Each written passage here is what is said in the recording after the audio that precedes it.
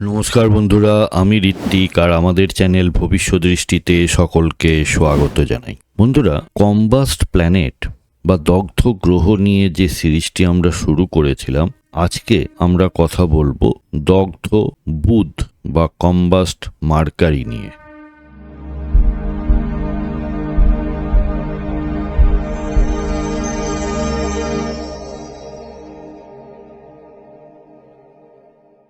বন্ধুরা, আপনারা যারা আমার চ্যানেলটি অলরেডি সাবস্ক্রাইব করেছেন তাদেরকে জানাই আমার অসংখ্য ধন্যবাদ ও কৃতজ্ঞতা। যারা এখনো সাবস্ক্রাইব করেননি তাদের কাছে আমার বিনীত আবেদন, চ্যানেলটি সাবস্ক্রাইব করুন এবং পাশে থাকুন।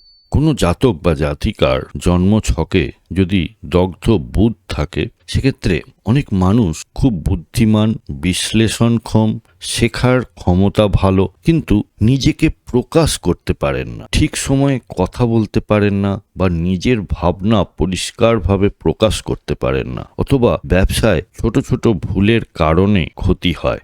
জন্মছকে যদি বুধ সূর্যের খুব নিকটে থাকে, তাহলে এই অবস্থাকে বলা হয় দগ্ধ বুধ বা কম্বাস্ট মার্কারি। আমরা আজকের ভিডিওতে আলোচনা করব দগ্ধ বুধ কি, কোন ক্ষেত্রে প্রভাব বেশি, পড়াশোনা, ব্যবসা ও যোগাযোগে কি ফল, কখন ভালো ফলও দিতে পারে, আর প্রতিকার।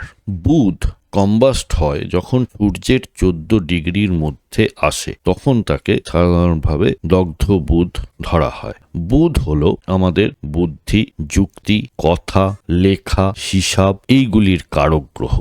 বুধ হলো সূর্যের সবথেকে কাছের গ্রহ, আর এই গ্রহটি সব সময় সূর্যের সাথে সাথেই ঘুরতে দেখা যায়। আপনারা লক্ষ্য করলে দেখবেন জন্মছকে বুধ সূর্যের খুব কাছাকাছিই থাকে সব সময়, আর ম্যাক্সিমাম সময় এটি কম্বাস্ট অবস্থাতেই থাকে। তাই জন্মছকে কম্বাস্ট মার্কারি পাওয়াটা খুব একটা রেয়ার কেস নয়। এবারে দগ্ধ বুধের প্রধান লক্ষণগুলি হলো মনে অনেক কথা থাকে, মুখে আসে না, কথা বলতে গিয়ে গুলিয়ে ফেলা, কার পরে কোনটা বলবো এইটা হিসাব করতে না পারা, যখন খুব দ্রুত সিদ্ধান্ত নিতে হয় সেক্ষেত্রেও অনেক সময় ভুল করে ফেলা, অতিরিক্ত চিন্তা করা, হিসাবের মধ্যে ছোট ছোট ভুল বা সিলি মিস্টেক, বার্তা পাঠাতে বা কমিউনিকেট করতে ভুল হয়ে যায়, মানুষ বলছে এক, এরা বুঝছে আর এক, এই ভুল বোঝাবুঝি এখান থেকেই আসে।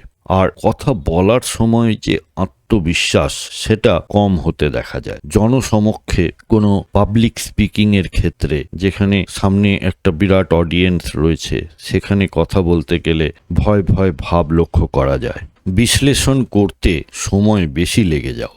ব্যবসা, বিপণন ও ডিজিটাল কাজে যে প্রভাবগুলি ফেলতে পারে দগ্ধ বুধ, সেগুলি হলো ব্যবসায়িক আলোচনার ক্ষেত্রে বা নেগোসিয়েশনের ক্ষেত্রে, অর্থাৎ আমার যে প্রাইস সেইটাকে প্রতিষ্ঠা করা, সেক্ষেত্রে অনেক সময় খামতি লক্ষ্য করা যায়। কপিরাইটিং এর ক্ষেত্রে, বিজ্ঞাপন লেখার ক্ষেত্রে, ডিজিটাল মার্কেটিং, তথ্য বিশ্লেষণ, গ্রাহকের সঙ্গে যোগাযোগ, চুক্তির সূক্ষ্ম বিষয়গুলি ধরে ফেলা, এগুলির ক্ষেত্রে সংখ্যা বা কারুর প্রতিবেদন বোঝা, সেই ক্ষেত্রেও সমস্যা লক্ষ্য করা যায়।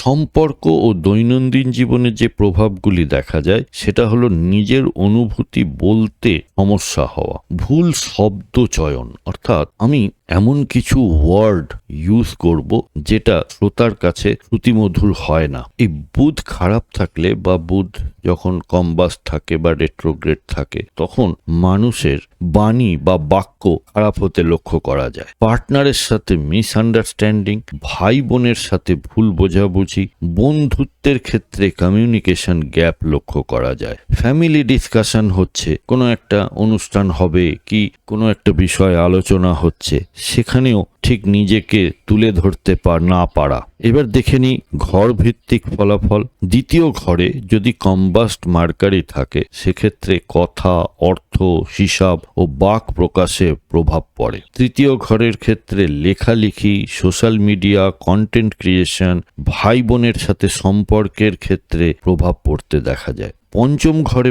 দগ্ধ বুধ থাকলে শিক্ষা, স্মৃতি, সৃজনশীল কাজকর্মের ক্ষেত্রেও নেগেটিভ প্রভাব পড়তে দেখা যায়। দশম ঘরে তার কর্ম বা পেশা, বিজনেস, মার্কেটিং, পাবলিক কমিউনিকেশনের ক্ষেত্রে সমস্যা তৈরি হয়। তাহলে দগ্ধ বুধ কি সবসময়ই খারাপ? একেবারেই নয়। অনেক সময় সূর্য ও বুধ যখন একসাথে থাকে তখন বুধাদিত্য যোগ তৈরি হয়। এবারে বুধ সূর্যের কাছে আসলে বা কাছাকাছি ডিগ্রিতে থাকলে তবেই তো এই যোগটা তৈরি হবে। এই দগ্ধ বুধের ক্ষেত্রেও ব্যক্তি হতে পারেন বুদ্ধিমান, প্রশাসনিক কাজে দক্ষ, পরিকল্পনাকারী, বক্তা, শিক্ষক, উপদেষ্টা, বিশ্লেষক, কৌশলী ব্যবসায়ী। কোন কোন অবস্থায় সমস্যা বাড়তে পারে সেগুলি হলো ষষ্ঠ, অষ্টম এবং দ্বাদশ ঘরে বুধ থাকলে বা পাপগ্রহের দৃষ্টি বুধের ওপরে পড়লে বা নিচ রাশিতে থাকলে, বুধের মহাদশা বা অন্তর্দশাতে এবং নবাংশে বুধ যদি দুর্বল অবস্থায় থাকে সেক্ষেত্রে দ্বিতীয়, তৃতীয়, দশম ঘর যদি প্রভাবিত হয়। তাহলে প্রতিকার হিসেবে বলি যে বুধবার দিন শৃঙ্খলা পরায়ণ হন, সংযম বজায় রাখুন, সিদ্ধিদাতা গণেশের মন্ত্র জপ করুন, বুধের বীজ মন্ত্র জপ করুন, লেখার অভ্যাস তৈরি করুন, প্রতিদিন উচ্চ স্বরে পড়া। অনেকে দেখবেন মনে মনে পড়তে ভালোবাসে, আওয়াজ হবে না, কিন্তু এখানে যদি পড়াটা বলে বলে পড়ে সেক্ষেত্রে কাজের কাজ হয়। হিসাব লিখে রাখা, পাবলিক স্পিকিং প্র্যাকটিস করা, মেডিটেশন করলে ওভার থিঙ্কিংটা অনেক সময় বন্ধ হয়ে থাকে, এবং সবুজ রঙের ব্যবহার। তাহলে শেষ করার আগে আরেকবার বলি, দগ্ধ বুধ মানে কিন্তু বুদ্ধি কম নয়, বরং অনেক সময় বুদ্ধি গভীর হয়, প্রকাশ করতে সময় লাগে। সঠিক দশা ও অনুশীলন করলে এরা ভালো শিক্ষক হতে পারেন, লেখক হতে পারেন, ডিজিটাল স্ট্র্যাটেজিস্ট হতে পারেন, ভালো অ্যাস্ট্রোলজারও হতে পারেন এবং অ্যানালিস্ট হতে পারেন। কনসালটেন্ট হিসেবেও ভালো কাজ করতে দেখা যায়। বন্ধুরা, আমাদের এই ডিসকাশনে কোনো পার্টিকুলার চার্ট ধরে বা গ্রহের অবস্থান ধরে কিন্তু কোনো কথা বলা হচ্ছে না। আপনার কোনো হাউসে যদি সমস্যায় থাকে বা জীবনে কোনো ধরনের সমস্যার সম্মুখীন হন, তাহলে আপনারা ভবিষ্য দৃষ্টির সাথে যোগাযোগ করতে পারেন এবং আমাদের কাছ থেকে আপনারা কনসালটেশন নিতে পারেন। আপনাদের ন্যাটাল চার্ট বা গ্রহগত অবস্থান জন্মকালীন, তার সাথে দশা, অন্তর্দশা এবং আগামী দিনের যে ট্রানজিট এবং তার প্রভাব, এই সব মিলিয়ে আপনারা একটি রেজাল্ট বা সলিউশন আমাদের থেকে পেতে পারেন। কন্ট্যাক্ট নাম্বার এবং ওয়েবসাইট এবং চেম্বারের অ্যাড্রেস সবই দেওয়া হলো, আপনারা সময় মতো যোগাযোগ করতে পারেন।